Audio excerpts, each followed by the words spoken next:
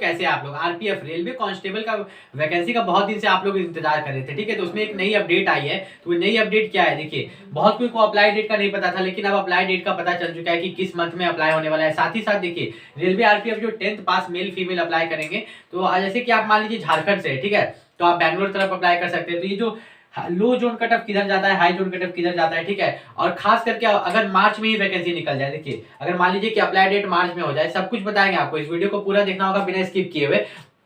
अगर मार्च में ही आपका वैकेंसी निकल जाए तो आप कैसे बुक्स की तैयारी करेंगे, क्या आपका सिलेबस होगा, कितने मार्क्स के क्वेश्चन आते हैं, कितना मिनट मिलता है, क्या सिलेबस में चेंजेस होने वाले हैं, क्या उसमें इंग्लिश डाल दिया जाएगा, तो आपके सारे डाउट्स इस वीडियो में आरपीएफ को लेके क्लियर हो जाएंगे। फिजिकल को लेके भी कि आपका हाइट कितना चाहिए, हर कुछ इस वीडियो में इस डाउट को क्लियर करेंगे। और अब तैयारी भी अभी से कैसे करें और कौन से मतलब सर से आप पढ़े, ये भी आपको बताएंगे। तो चलिए वीडियो को स्टार्ट करते हैं। तो देखिए यहाँ पर आरपीएफ मतलब क्या होता है, railway protection force, railway protection force constable. तो दो चीज की वैकेंसी निकलने वाली है, कांस्टेबल प्लस एसआई, ठीक है।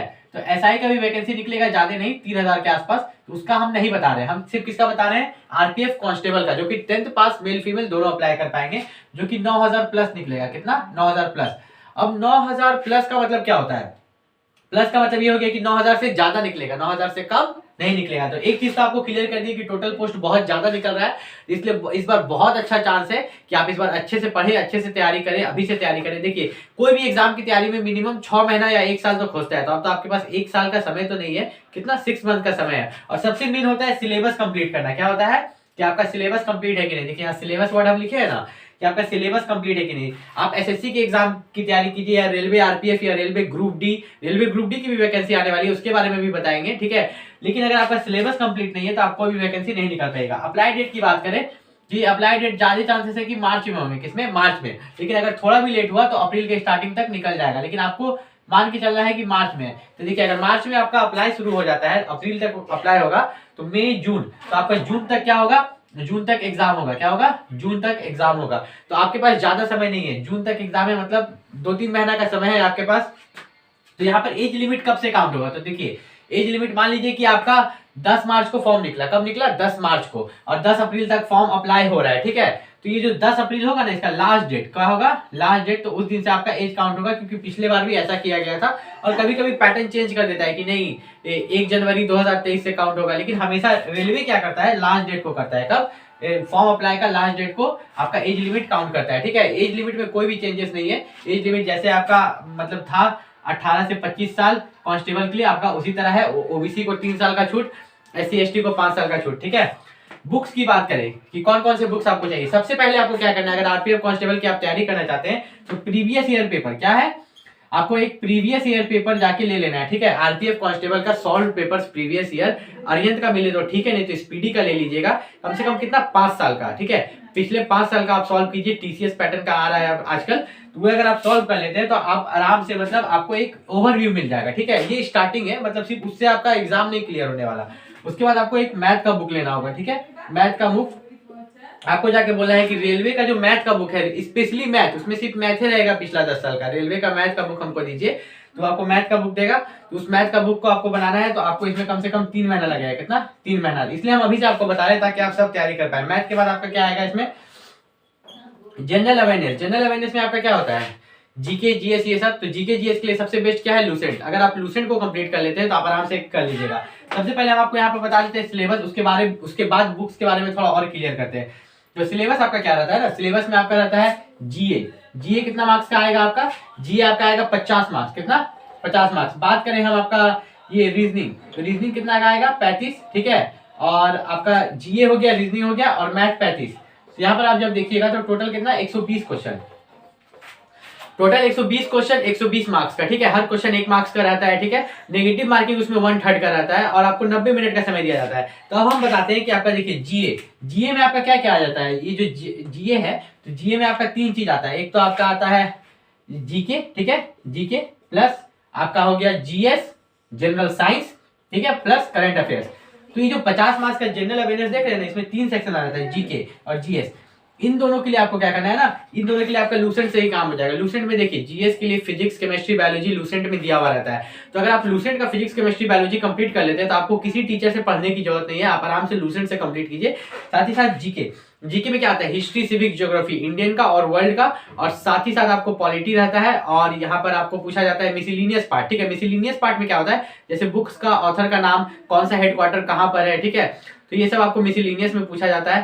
तो यहाँ पर आपको जीके और जीएस इस तरह से कंप्लीट हो जाएगा। बिना लूसेंट पढ़े आप आरपीएफ या रेलवे ग्रुप डी की भी एग्जाम नहीं निकाल पाएंगे, तो इसलिए आपको सबसे पहले लूसेंट कंप्लीट करना है।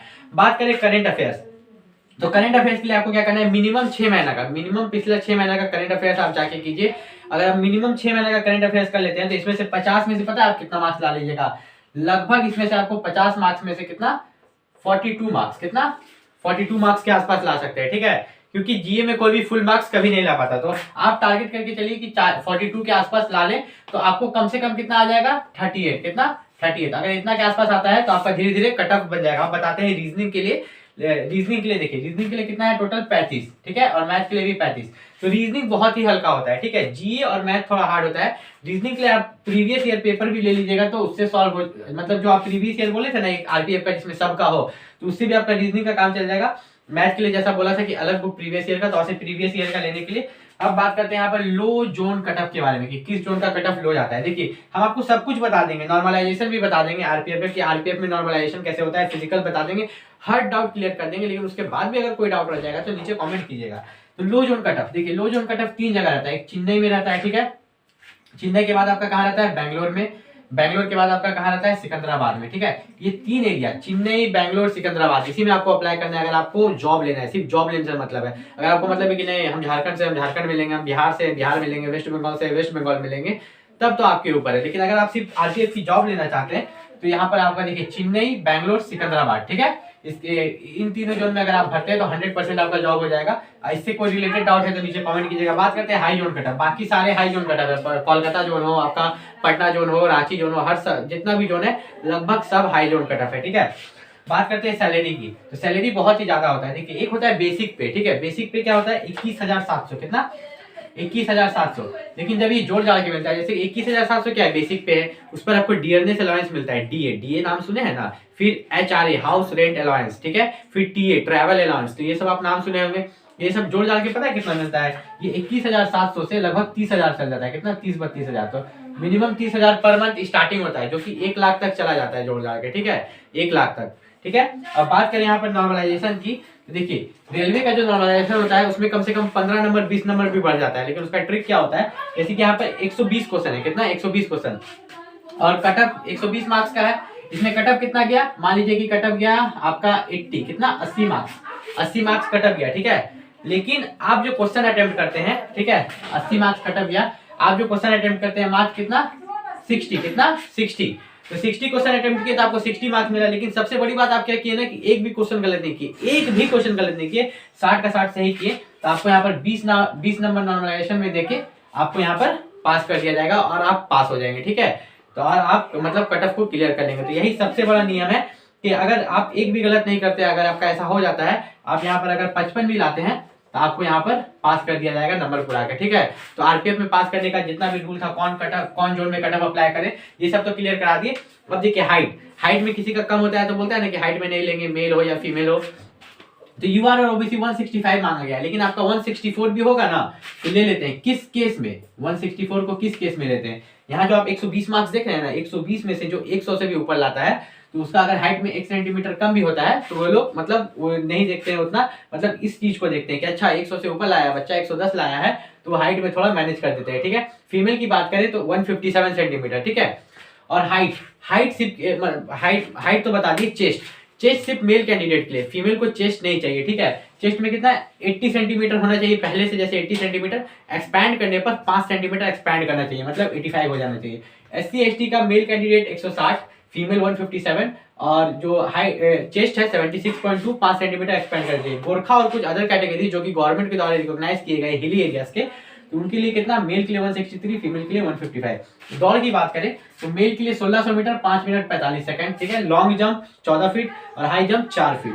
फीमेल के लिए 800 metre 3 minute 45 second, long jump 9 feet और हाई जंप जो होगा 3 फीट। तो देखिए रेलवे आरपीएफ की वैकेंसी बहुत ही जल्द निकलने वाली है। साथ ही साथ railway assistant loco pilot, railway TT की वैकेंसी भी निकलने वाली है, लगभग 2 लाख के आसपास वैकेंसी निकलेगी।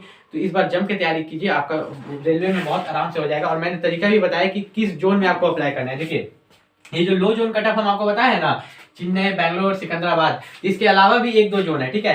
ये तो हमको याद है क्योंकि इस बार जो बच्चे सेलेक्ट हुए थे स्टेशन मास्टर में, कहीं पर भी सेलेक्ट हुए थे, तो इन्हीं के कारण हुए थे, चेन्नई, बैंगलोर, सिकंदराबाद। और इन लोगों का कट ऑफ पता है कितना गया था? जैसे कि 120 देखे थे ना आप, तो 120 में से पता है कितना? 60 नंबर पर, आधा आधी पर सिलेक्ट हो गया था। 60 नंबर 50 नंबर पर उन लोगों का सिलेक्शन हो गया था, ठीक है। तो इस बार भी कम से कम आप लोगों को 60-70 नंबर पर सिलेक्शन हो जाएगा अगर आप चेन्नई, बैंगलोर, सिकंदराबाद जोन में अप्लाई करेंगे। देखिए एक बार जब आप आरपीएफ में जॉब ले लेते हैं और आपका प्रमोशन होता है, तो बाद में आप अपना जोन भी चेंज करा सकते हैं। और इसके अलावा भी अगर आपको कोई डाउट होता है तो आप नीचे कमेंट करके पूछ सकते हैं। मिलते हैं अगले वीडियो में, तब तक के लिए नमस्कार।